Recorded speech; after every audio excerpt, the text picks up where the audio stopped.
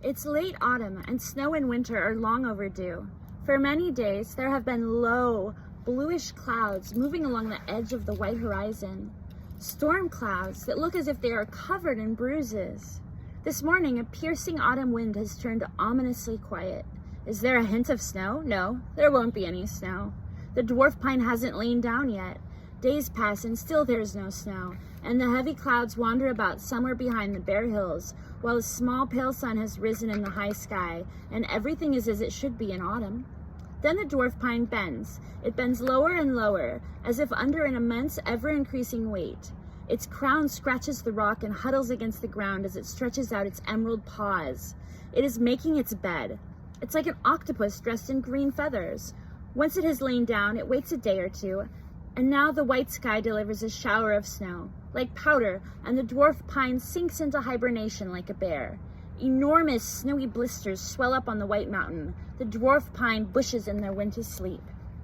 When winter ends, but a 3-meter layer of snow still covers the ground, and in the gullies the blizzards have compacted the snow so firmly that only an iron tool can shift it, people search nature in vain for any signs of spring.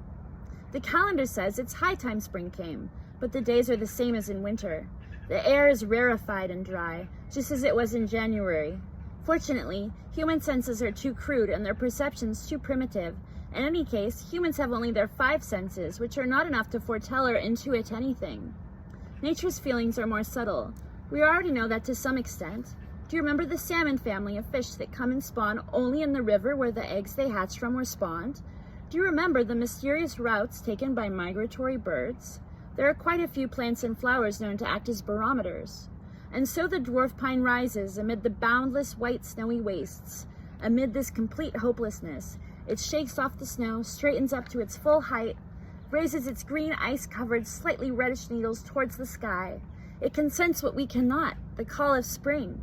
Trusting in spring, it rises before anyone else in the north. Winter is over. It might rise for other reasons. A bonfire. The dwarf pine is too trusting.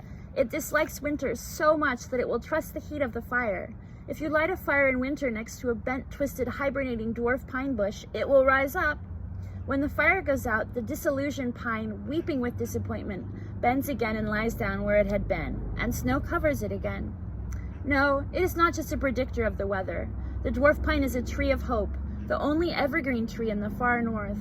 Against the radiant white snow, its matte green coniferous paws speak of the south, of warmth, of life. In summer, it's modest and goes unnoticed, everything around it hurriedly blooming, trying to blossom during the short northern summer. Spring, summer, and autumn flowers race one another in a single furious, stormy flowering season. But autumn is close, and the larch is stripped bare as it scatters its fine yellow needles. The light brown grass curls up and withers. The forest is emptied.